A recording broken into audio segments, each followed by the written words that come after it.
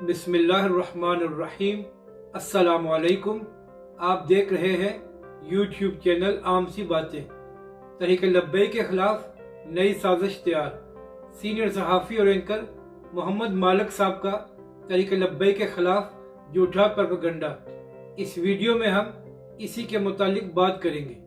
जब हुकूमत और तहरीक लब्बैक के दरमियान मुआहदा हुआ था तो उस वक्त से चंद बड़े बड़े सहाफ़ियों को इस बात की बड़ी तकलीफ थी कि तहरीक लब्बैक से पाबंदी क्यों हट गई है और उनके सरबराह अल्लामा साद हुसैन रिजवी क्यों रिहा हुए हैं। मगर इन बेचारों के पास कोई बात नहीं थी जो तहरीक लब्बैक के खिलाफ कर सके।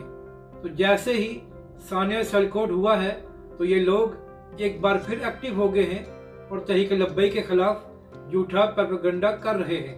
मोहम्मद मालिक साहब ने 2 दिन अपने प्रोग्राम में मुसलसल तहरीक लब्बैक के खिलाफ झूठ बोला है। उन्होंने कोशिश की है कि सानिया सियालकोट और तहरीक लब्बैक को जोड़ा जाए। उन्होंने जब भी सानिया सियालकोट की बात की तो साथ ही तहरीक लब्बैक का जिक्र किया। वो ऐसा तासुर देने की कोशिश कर रहे थे कि सानिया सियालकोट तहरीक लब्बैक की वजह से हुआ है।